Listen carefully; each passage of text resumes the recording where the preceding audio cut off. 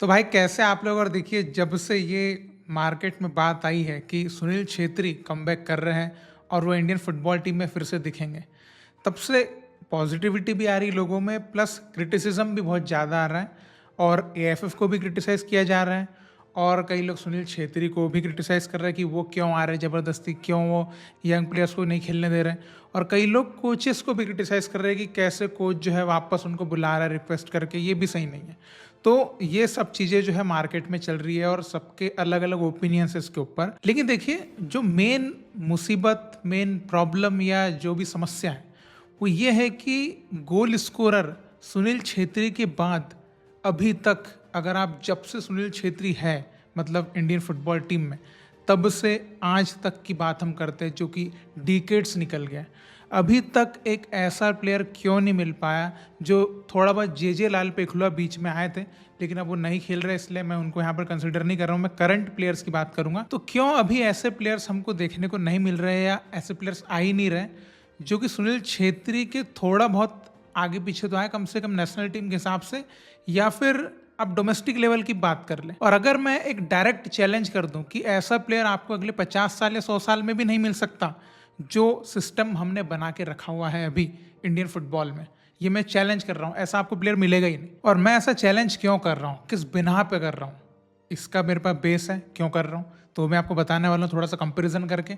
और other country के players से भी थोड़ा बहुत मैं आपको मिलाऊंगा, एकदम स्पेन और इंग्लैंड के प्लेयर्स नहीं, अपने एशिया में जो ग्रोइंग, जो राइजिंग कंट्रीज़ हैं उनके प्लेयर्स से मिला के, कि कैसे वो वहाँ पर अपने प्लेयर्स को ट्रीट करते हैं और अपॉर्चुनिटीज़ क्रिएट करते हैं प्लेयर्स के लिए।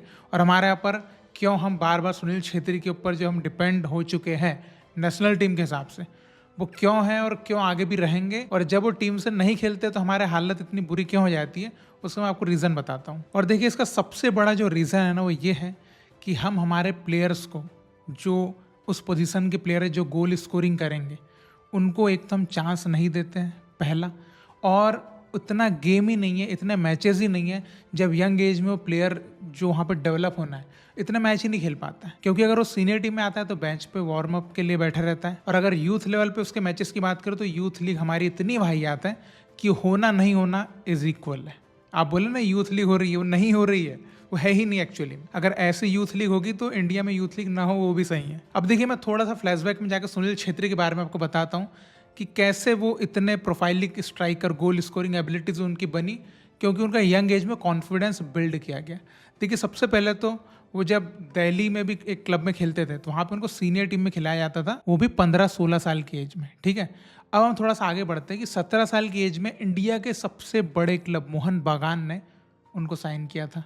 एक ये होगी, इनकी क्वालिटीज़, उनके यंग टैलेंट को देखते हुए, एक पोटेंशियल को देखते हुए, इसलिए नहीं कि वो एकदम सुपरस्टार थे, पोटेंशियल प्लेयर थे। और पोटेंशियल प्लेयर को परफॉर्म करने के लिए एक अपॉर्चुनिटी की जरूरत होती है, प्लेटफॉर्म की जरूरत होती है, वो मोहन बागान ने दिया। तो थैंक्स टू मोहन बागान सबसे पहले तो। और आज की डेट में जैसे क्लब्स क्या करते हैं, यंग प्लेयर्स को साइन करके उनसे गर्मी पैदा करवाते हैं बेंच पे, तो उस टाइम पे मोहन बागान ने ये नहीं किया कि यंग प्लेयर को साइन करके यूथ में खिला रहे या फिर बेंच पे बिठा रहे, देख बेटे मैच देख बड़े लोगों के और सीख उनसे, ये नहीं करवाया। उनको भाई 17 साल की एज से उन्होंने मेन स्क्वाड में, सीनियर टीम में, उसमें खिलाया। और अगर मैं आपको थोड़ा सा उनके मैचेस के बारे में बताऊं तो 17, 18, 19, ये जो एक एज होती है जहाँ पे प्लेयर अच्छा डेवलप होता है, इस एज में उन्होंने मोहन बागान के लिए टॉप डिवीजन जो इंडियन फुटबॉल का था उसमें 18 गेम्स खेले 3 सालों में और 10 गोल स्कोर किए। क्यों गोल स्कोर किए? क्योंकि कॉन्फिडेंस उनका बढ़ा दिया उस क्लब ने चांस दे के। शुरू में ऑब्वियसली वो भी डरे होंगे, लेकिन जैसे जैसे मैच टाइम देते गया, बंदा भाई हो गया एकदम कॉन्फिडेंट। तो ऐसे ओवरऑल अगर आप देखते हैं तो उन 3 सालों में, जो 17, 18, 19 की एज थी उनकी, इन 3 सालों में उन्होंने 72 गेम्स खेले मोहन बागान के लिए और 28 गोल्स मारे थे। अब मैं आपको एज और मैचेस और गोल्स ये सब क्यों बता रहा हूँ, इसके पीछे रीजन है कि आज की डेट में जो हमारे पास प्लेयर्स हैं, इनको भाई मिल ही नहीं पाता है ना। ये मैं आपको दिखा रहा हूँ आगे। चलिए, आज की डेट में जो प्लेयर्स हमारे पास हैं स्क्वाड में, जिनके ऊपर हम भरोसा करते हैं कि ये हमारी टीम के लिए गोल मारेंगे और जो है टीम को आगे जिताएंगे, और जो भी है नेक्स्ट छेत्री इनमें से कोई बनेगा, ऐसी जो भी हम बात करते हैं, तो वो मैं आपको थोड़ा सा बताता हूँ स्टार्ट्स के साथ। तो सबसे पहले हम बात करते हैं फारूक चौधरी की, क्योंकि वो अभी टीम में है और हमारी टीम में एज अ स्ट्राइकर खेलते हैं। अब देखिए, इन्होंने पहली बार सीनियर डिवीजन, जो टॉप डिवीजन इंडियन फुटबॉल का होता है, वो 20 साल की एज में साइन किया था ऐसा क्लब। तो 20 साल की एज में उन्होंने टॉप डिवीज़न खेलना चालू किया था और 20 साल की एज में तो सुनील छेत्री कहाँ पहुँच चुके थे, मतलब इंडिया के one of the finest players में वो आने लगे थे। देन फारूक चौधरी जब 20 साल की एज में टॉप डिवीज़न साइन करते हैं तो उनको खेलने को मिलते हैं कितने मैच, केवल 2 मैच। हालांकि आई लीग में उन्होंने 10 मैच खेले थे सेम ईयर में, लेकिन ISL की बात करें तो केवल 2 मैच खेले थे, 0 गोल्स। और अगर आगे की बात करें तो 21, 22 और 23 ईयर्स के जब वो थे तो इन 3 सालों में उन्होंने 47 गेम्स खेले और ओनली 3 गोल स्कोर किए थे। तो भाई जिस प्लेयर को 15 साल से 20 साल की एज तक प्रॉपर गेम्स, एक डेवलपमेंट, अच्छे कॉम्पिटिटिव गेम्स, ये सब मिलना था, वो उसको मिला ही नहीं। 20 साल की एज से तो बंदे को प्रॉपर कॉम्पिटिटिव गेम्स खेलने मिलने लगे। अब बताओ यहाँ पे प्लेयर डेवलपमेंट का टाइम आया या यहाँ पर वो अपना एक करियर बिल्ड करने की बात करेगा। भाई डेवलपमेंट तो उसको 16, 17, 18, 19 इधर करना था ना। अब वो यहाँ से जो है उसका करियर स्टार्ट होता है 20 साल की एज में। अब बताइए, अब आप बोले कि फारूक चौधरी भाई सुनील छेत्री की जैसे गोल क्यों नहीं कर रहे हैं। भाई वो बंदा 17 साल की एज में कहाँ था। अब चलिए हम नेक्स्ट प्लेयर की बात करते हैं, इरफान यादवान। उनका भी काफ़ी नाम आता है कि वो भी एक अच्छे प्लेयर निकल सकते हैं, ऐसा जो भी है। तो अब मैं आपको बताना चाहूँगा 22 साल की एज में 2023 में उन्होंने फर्स्ट डिवीज़न साइन किया ISL चेन्नई FC। तो यहाँ पर नोट करिए 22 साल की एज में, तो 22 साल की एज तक he was struggling lower divisions में। तो जो नेक्स्ट छेत्री की बात कर रहे भाई 17 साल की एज में वहाँ टॉप डिवीजन और यहाँ 22 साल की एज में टॉप डिवीजन, तो फर्क समझे आप। हालांकि इरफान यादव को गेम्स काफी मिले, 23 गेम्स खेलने मिले और 2 गोल भी उन्होंने मारे। और 2024 अभी इस करंट सीजन की बात करें तो 15 मैचेस में उन्होंने 2 गोल मारे और 23 ईयर्स के वो है। तो 23 की एज में if you will start learning football in top division तो नेशनल टीम के लिए आपका रिजल्ट या आपका जो भी रहेगा अपना अंदर का आउटकम, उसमें तो बहुत टाइम लग जाएगा। देन एक अगले प्लेयर की बात करते हैं लालुंजवाला छांगटे, जिनसे काफ़ी एक्सपेक्टेशन थी क्योंकि ये भी काफ़ी यंग एज में उन्होंने स्टार्ट कर लिया था टॉप डिवीजन फुटबॉल। जैसे कि बात करें कि 18 साल की एज में जब इनको पहली बार चांस मिला था इंडियन फुटबॉल टीम का तो उन्होंने 2 गोल स्कोर कर दिए थे नेपाल के अगेंस्ट। लेकिन अगर हम डोमेस्टिक फुटबॉल की बात करें तो 19 साल की एज में उनको पहली बार टॉप डिवीजन क्लब मिला था 2016 में, जिसमें उन्होंने 21 गेम्स खेले थे और 1 गोल स्कोर किया था। और अगर हम उनके 3 साल का एक उस टाइम का करियर देखें कि 19 साल की एज में, 20 साल की एज में, 21 साल की एज में उन्होंने क्या किया था, तो 20 साल की एज में भी उनको टॉप डिवीजन यानी कि ISL में 19 गेम्स खेलने मिले थे और 3 गोल उन्होंने मारे। एंड 21 की एज में भी उनको 19 गेम्स मिले और 5 गोल्स उन्होंने मारे, तो 2 गोल का इंप्रूवमेंट किया। लेकिन अगर आप यहाँ पे कंपेयर करें तो 21 साल की एज में छेत्री के अंदर की जो एबिलिटीज, क्वालिटीज या एक लीडरशिप थी वो नेक्स्ट लेवल जा चुकी थी, क्योंकि उस टाइम तक तो वो काफ़ी टाइम टॉप डिवीज़न फुटबॉल में बिता चुके थे। और मैं एक और बात बोलूँ ना तो छेत्री एक ऐसे प्लेयर बन गए जल्दी, क्योंकि कॉन्फिडेंस उनको बहुत अर्ली एज में दे दिया गया और दिलवा दिया गया। ये भी है, वो इतने एक कॉन्फिडेंट प्लेयर बन गए थे कि वो सिंगल हैंडली मतलब अपने कंधों पे टीम को लेकर जाके विनिंग दिला सकते हैं, इतनी क्वालिटीज उनके अंदर आ गई थी। और मैं कॉन्फिडेंस की बात इसलिए कर रहा हूँ क्योंकि आप अभी के जो प्लेयर्स हैं हमारे जो इंडियन टीम में खेलते हैं आगे स्ट्राइकिंग में, विंग पे, आप देखिए कॉन्फिडेंस की कमी अलग ही दिखती है। जब 1v1 सिचुएशन आ जाती है या फाइनल थर्ड में जब क्या डिसाइड करना है, डिसीजन मेकिंग क्या करना चाहिए, पास देना है कि गोल मारना है कि कैसा शॉट लूँ, जब इसकी बारी आती है तो आपको एक अलग ही कन्फ्यूज़न, एक घबराहट या एक अलग ही ऐसा नज़र आता है कि अभी क्या करेगा क्या नहीं करेगा और कुछ ना कुछ गलतियाँ वहाँ पे दिखती है। तो यही मैंने बोला कि कॉन्फिडेंस जो छेत्री में उनको दिलवाया गया अर्ली एज से, जिसकी वजह से आप देख लो कि छेत्री जब फाइनल थर्ड में जाते हैं तो कितना काम होता है। अब इसके बाद एक और प्लेयर की बात करते हैं मनवीर सिंह की, जिनके ऊपर भी काफ़ी ऐसा कहा गया था शुरू में, अब तो नहीं कहते, कि ये भी जो है हमारे इंडिया के लिए गोल स्कोरर बनेंगे ये और वो जो भी है। तो देखिए मनवीर सिंह ने 22 ईयर्स की एज में भाई टॉप डिवीजन फुटबॉल स्टार्ट किया था खेलना। और अगर हम उनके उस टाइम के 3 साल की एक जर्नी देखें कि 22, 23 एंड 24 ईयर्स के जब होते हैं तो इन 3 सालों में उन्होंने टॉप डिवीजन फुटबॉल में क्या किया, तो उनको 52 गेम्स खेलने को मिले थे और ओनली 4 गोल उन्होंने स्कोर किए थे। तो गोल स्कोरिंग एबिलिटी की बात हम करते हैं तो ही इज़ नॉट देयर, मतलब है ही नहीं। क्योंकि अगर आप 50 मैच में 4 गोल मार रहे हैं तो आप ऐसे प्लेयर से उम्मीद करेंगे कि he will be like Chhetri के जैसा स्कोर या कुछ, ये आप सोचना ही आपके लिए थोड़ा सा गुनाह टाइप का है। बिकॉज 50 मैच में 4 गोल एक फॉरवर्ड पोजीशन के लिए इट्स सेम, ठीक है। तो ये एक फुल बैक मारे, एक स्टॉपर मारे, मिडफील्डर मारे तो समझ में भी आता है। इसके बाद एक और प्लेयर को देख लेते हैं जिनसे भी काफ़ी एक्सपेक्टेशन थी, हालांकि अभी तक वो इंडियन नेशनल टीम के लिए एक भी गोल नहीं कर पाए हैं, जो है लिस्टन कोलासो। तो लिस्टन कोलासो को 19 ईयर्स की एज में फर्स्ट टाइम वो टॉप डिवीजन क्लब में आए थे जब वो गोवा में खेले थे। और अगर उनके 3 साल की जर्नी हम देखें कि 19, 20 और 21 ईयर्स के वो थे, तो इन 3 सालों में उनको कितना चांस दिया गया। तो उनको 17 मैचेस खेलने को मिले और उन्होंने इन 17 मैचेस में 2 गोल स्कोर किए। तो इससे आप समझ सकते हैं कि प्लेयर्स को अपॉर्चुनिटी, प्लेयर्स को मैच टाइम और उनकी जो एबिलिटी को एक डेवलप करने का या इम्प्रूव करने का समय होता है, वहाँ पे उनको या तो बेंच पे रखा जाता है, या फिर उनको खिलाया नहीं जाता, या फिर वो उस एज तक टॉप डिवीजन में पहुंचे ही नहीं है कि उनसे आप ये एक्सपेक्ट करें कि ये बंदा आप जो है इंडियन नेशनल टीम के लिए गोल मारेगा। और अभी आप ये सोचेंगे कि मैं ऐसा एज, गोल्स और मैचेस ये सब क्यों दिखा रहा हूँ, क्यों अपॉर्चुनिटी की बात कर रहा हूँ कि मैच टाइम नहीं दे रहे हैं और जो भी है। तो ये इसलिए बता रहा हूँ क्योंकि अदर कंट्री का मैं थोड़ा सा एग्जाम्पल आपको बताता हूँ कि कैसे यंग प्लेयर्स को वो लोग मैच टाइम देते हैं और खेलने के लिए अपॉर्चुनिटी क्रिएट करते हैं, प्लेटफॉर्म बनाते हैं, उनके प्लेयर को वो एक एसेट के जैसे यूज़ करते हैं कि भाई ये चल के आगे जो हमारे नेशनल टीम के लिए कुछ करेगा।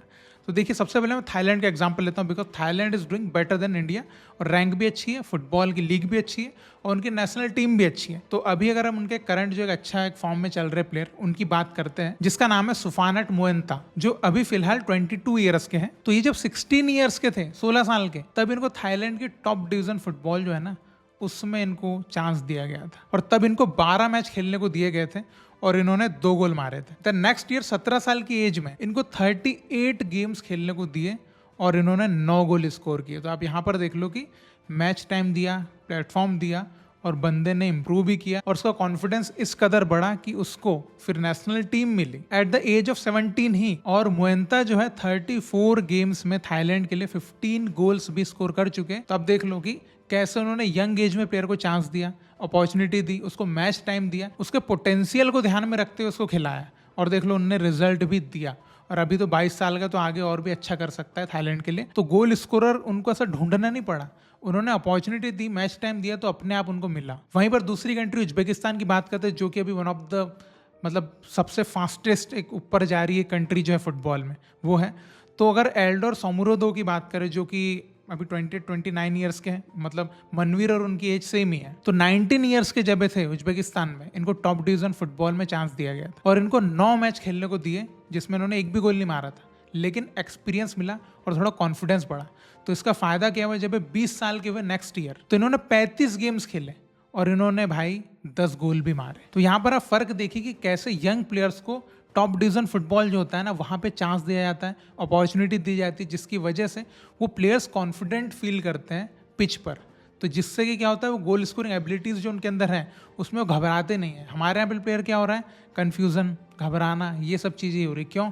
क्योंकि जिस एज में जो डेवलपमेंट का एज है, वहाँ पर प्लेयर्स को या तो बेंच पे बैठना है या मैच ही नहीं है उनके लिए, किसी क्लब में ही नहीं है ना, टॉप डिवीजन फुटबॉल में।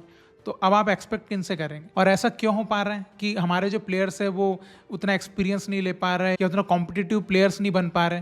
तो क्यों नहीं बन पा रहे? क्योंकि हमारे यहाँ पर भाई अभी भी हमारे पास सिस्टम ही नहीं है। आप देखो यूथ लीग में, अगर आप अभी अंडर 17 लीग जो खत्म हुई है इसकी बात करें, एक टीम ने 10 मैच खेले। अब आप बताओ, 10 मैच एक साल में, 10 मैच बस कॉम्पिटिटिव। अब लीग की बात करें, 10 मैच एक साल में। अब अगले साल मान के चलो अगर अंडर 17 का फिर से वो प्लेयर होगा और 10 मैच अगले साल खेलेगा। देखो कॉम्पिटिटिव लेवल की बात कर रहा हूँ मैं। 10-10 मैच खेल के क्या वो प्लेयर, क्या वो बंदा सुनील छेत्री जैसा बनेगा? आप खुद बताइए। देन अंडर 17 के बाद सीधे अंडर 21 या अंडर 23 लेवल आप बोल सकते हो, जो RFDL अंडर 21। तो अंडर 17 के बाद है ही नहीं, 19-20 कुछ है ही नहीं, अंडर 21। अब अंडर 21 में भी इतने लिमिटेड क्लब है कि वो खेलेगा किधर? जो अंडर 17 का हर प्लेयर अंडर 21 के लिए भी नहीं जा पा रहा है। फिर अंडर 23 में भी ऐसा नहीं कि कोई बहुत ज़्यादा मैचेस है, उसमें भी सेम 10 मैच खेलने को मिलेंगे। अब आप बताओ, क्या वो बंदा सुनील छेत्री के जैसे गोल मारेगा बाद में? अब आप देखिए यूरोपियन फुटबॉल में क्या होता है, आप देखते हैं 16-17 साल की एज के जो प्लेयर्स हैं वो इतने ज़्यादा मैचेस खेलते हैं, उनके यहाँ पर लीग्स में, यूथ लीग वगैरह होती है, वो इतना सारा खेलते हैं कि स्काउट्स उनको इतना देख पाते हैं कि भाई उनको सीनियर टीम का कॉल अप देते हैं, सीनियर टीम के साथ ट्रेनिंग में उनको ऐड करते हैं। यहाँ पर प्लेयर इतने मैच ही नहीं खेल रहे कि भाई उनको इतना ज़्यादा देखें। अब 10 मैच है, 10 मैच में भी हर मैच में क्या पता खेलेगा नहीं खेलेगा, उसको इंजरी होगी उसी टाइम पे, पता नहीं क्या करेगा।